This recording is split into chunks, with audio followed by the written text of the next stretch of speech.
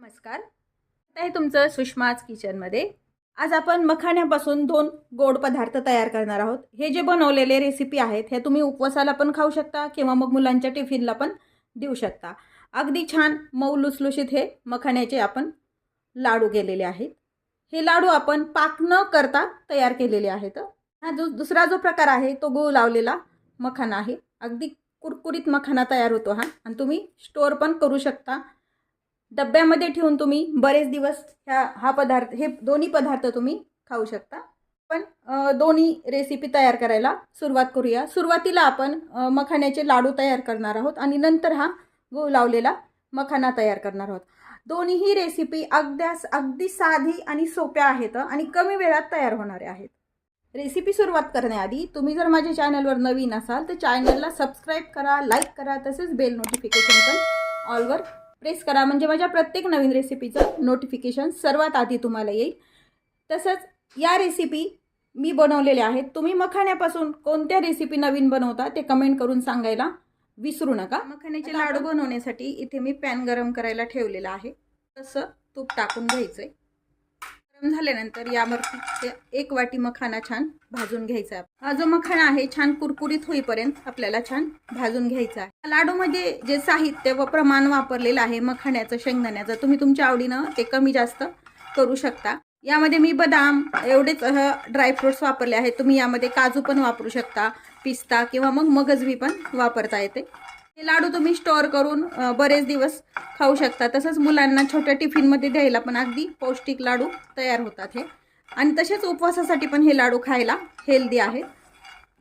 हा मखाना छान आपला भाजून झालाय, पाहू शकता तुम्ही कुरकुरीत. आता हे एका प्लेट झालाय. आता हे डेसिकेटेड कोकोनट थोडंसं भाजून घ्यायचंय. यामध्ये तुम्ही खिसलेलं खोबरं पण वापरू शकता. अगदी थोडंसं ब्राऊन होईपर्यंत याला भाजून घ्यायचंय. डेसिकेटेड कोकोनट छान आपलं भाजून झालेलं आहे, काढून घेऊया. त्यामध्येच आपण थोडंसं तूप टाकून घ्यायचंय.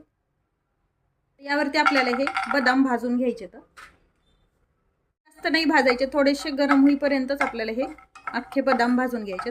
यामध्ये काजू पिस्ता वापरला तर तो पण असा थोडासा रोस्ट करून घ्यायचा, म्हणजे त्याची टेस्ट छान येते. भाजून झालेत बदाम, काढून घ्यायचे. थोडं शिल्लक तूप आहे, यामध्येच आपल्याला ही खारीक भाजून घ्यायची आहे. यामध्ये मी अख्खी खारीक वापरलेली आहे कट करून. तुम्ही यामध्ये खारीक पावडर मार्केटला मिळते, ती पण तुम्ही वापरू शकता. सोबतच आपण ही अख्खी वेलची टाकून घेतो. तुम्ही वेलची पावडर पण वापरू शकता, पण अशा प्रकारे वेलची जर टाकून घेतली तर त्याची टेस्ट पण छान लागते व वास छान लागतो कोणत्याही पदार्थाला. आता हे 2 मिनिट छान भाजून घेऊया. खारीक छान भाजून झाली, काढून घेऊया एका प्लेट. आता यामध्ये शेंगदाणे भाजून घ्यायचे. शेंगदाणे भाजताना आपण तूप टाकत नाहीये, तर ते थोडंसं कढईला तूप आहे यावरतीच आपण हे भाजून घ्यायचंय. आता आपले शेंगदाणे छान भाजून झालेत. असे तडकले पाहिजेत व थोडेसे असे डाग पडले पाहिजे शेंगदाण्यावरती. हे पण आपण एका प्लेटमध्ये काढून घेऊया. कढईमध्ये थोडंसं, या पॅनमध्ये थोडंसं आपण जास्तीचं तूप टाकून घ्यायचंय.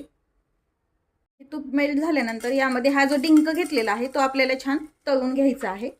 छान त्याची लाही फुटली पाहिजे अशी. आपण जसं डिंकाचे लाडू तयार करतो तसंच. डिंकसुद्धा तुम्ही प्रमाणात जास्त वापरू शकता किंवा मग तुमच्या आवडीनं जसं सामान वापरायचं तसं. हा छान असा तळला जातो. डिंक पण छान आपला तळून झालाय. हे तळलेलं सर्व जिन्नस एका ताटामध्ये काढून घेतले व ते आपण थंड करून घ्यायचंय. साहित्य भाजलेलं आपण एका ताटात काढून घेतले व हे सर्व जिन्नस आता थंड झालेले आहेत. यामध्ये मिक्सरच्या पॉटमध्ये शेंगदाणे, डिंक, बदाम, यामध्येच आपली ही वेलची आहे आणि खारीक हे थोडंसं जाडसर वाटून घ्यायचंय. मिक्सरच्या भांड्यात घेतलेलं आहे. हे थोडंसं वाटून बारीक करून घेऊया. हे मिक्सरनं जे मिश्रण काढलंय ते एका भांड्यामध्ये घेऊया आपण. असं जाडसरच काढून घ्यायचंय आपल्याला. हे आपण हा मखाना यामध्ये बारीक करून घेऊया. मखाना पण आपण एकदम बारीक केलेलं नाही, थोडंसं जाडसरच ठेवलाय. ते पण यामध्ये टाकून घ्यायचंय. डेसिकेटेड कोकोनट हे काही आपल्याला आधी आपण मिक्सरनं काढलेलं नाही, ते पण यामध्ये टाकून घ्यायचं. आता आपण हा बारीक केलेला गूळ टाकून घेणार आहोत. गुळाचं प्रमाण तुम्ही तुमच्या आवडीनं कमी जास्त करू शकता. साधारण हे जे मिश्रण आहे त्याच्या निम्मा गूळ घ्यायचा आहे पिठाच्या. साधारण हे 2 वाट्या आहे ह्या वाटीनं, तर 1 वाटी मी गूळ वापरते. आणि हे आता छान मिक्स करून घेऊया. काही जण गुळाचा पाक करून पण करतात, पण अशा पद्धतीनं केलेले लाडू अगदी सोपे वाटतात करायला पण आणि झटपट तयार होतात. आता हे जे मिश्रण आहे लाडूचं, गूळ आणि हे छान एकजीव होण्यासाठी त्याच भांड्यामध्ये आपण थोडं थोडं करत हे मिक्सरनं पुन्हा काढून घ्यायचे बारीक आपल्याला. हे काढून घेतले मिक्सरवरती, ते पण फार बारीक नाही केलेलं. मिक्सरनं आपण सर्व काढून घेतले. पुन्हा एकदा मिक्स करूया. जर गरज वाटली लाडू जर वळला गेला नाही तर यामध्ये आपण साजूक तूप वापरणार आहोत. पण लाडू जर छान बांधला गेला त्याचा तर मग गरज पडत नाही. आपण लाडू वळून पाहूया. व्यवस्थित आपला लाडू छान बांधला जातोय, म्हणजे आपल्याला तूप वगैरे काही लागणार नाही. आपला लाडू छान बांधला गेलाय. असेच आपण सर्व लाडू तयार करून घेऊया. गोड मखाने बनवण्यासाठी इथे मी पॅन गरम करायला आल्यानंतर हे जे मखाने आहेत यामध्ये कोरडेच रोस्ट करून घ्यायचे आहेत. तूप वगैरे काही वापरायचं नाही याला. मखाने छान खुसखुशीत झाले पाहिजेत. अशा हाताने दाबल्यानंतर सुरुवातीला अशी चिवट असतात, त्यामुळे थोडेसे कुरकुरीत होईपर्यंत त्याला आपण छान भाजून घेऊया. पण मखाना चेक करूया भाजला का ते. छान कुरकुरीत भाजला गेलाय, असा भुगा होतो याचा. आता आपण गॅस बंद करून हे एका डिशमध्ये काढून घेऊया. तर त्याच पॅनमध्ये आपण, पॅन गरम आहे, 1 चमचाभर साजूक तूप टाकून घ्यायचंय. तूप गरम झाले. आपण जेवढा मखाना घेतला होता त्याच्या निम्मा हा गूळ घेतलेला आहे. गुळाचं प्रमाण तुम्ही तुमच्या आवडीनं कमी जास्त करू शकता. याच प्रमाणात तुम्ही साखरेचे पण बनवू शकता, पण गुळाचे मखाने जास्त पौष्टिक होतात व शुगर असणाऱ्या लोकांना पण हे खाता येतं, त्यामुळे शक्यतो मी गूळ वापरते.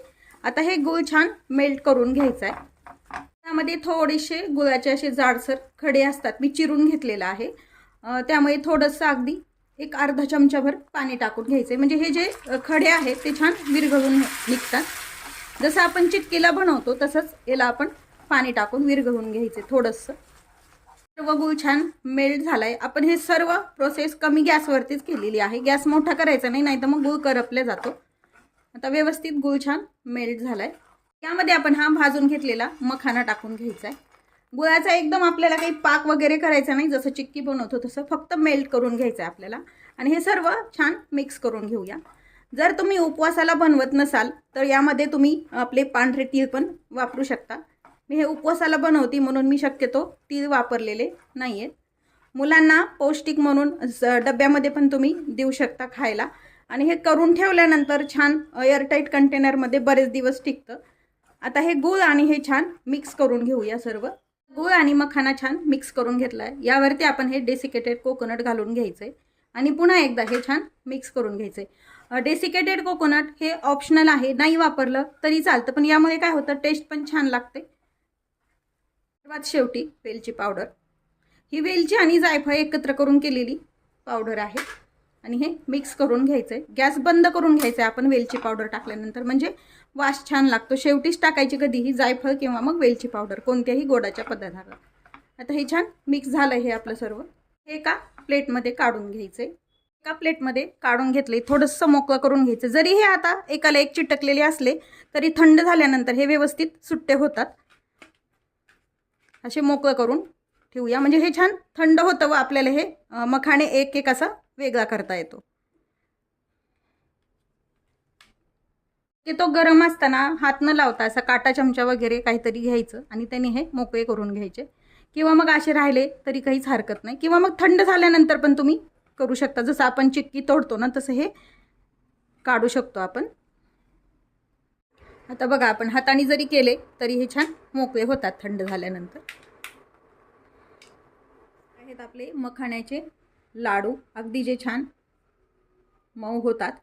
आणि हे जे आहे ते गूळ लावलेला मखाना, अगदी पौष्टिक दोन्हीही पदार्थ आहेत, पाहू शकता तुम्ही, आणि झटपट तयार होणारे आहेत. रेसिपी नक्की करून पहा. रेसिपीला लाईक करा, तसेच तुमच्या फ्रेंड्समध्ये शेअर करायला विसरू नका. अशाच नवीन रेसिपीसोबत पुन्हा भेटूया. तोपर्यंत बाय बाय.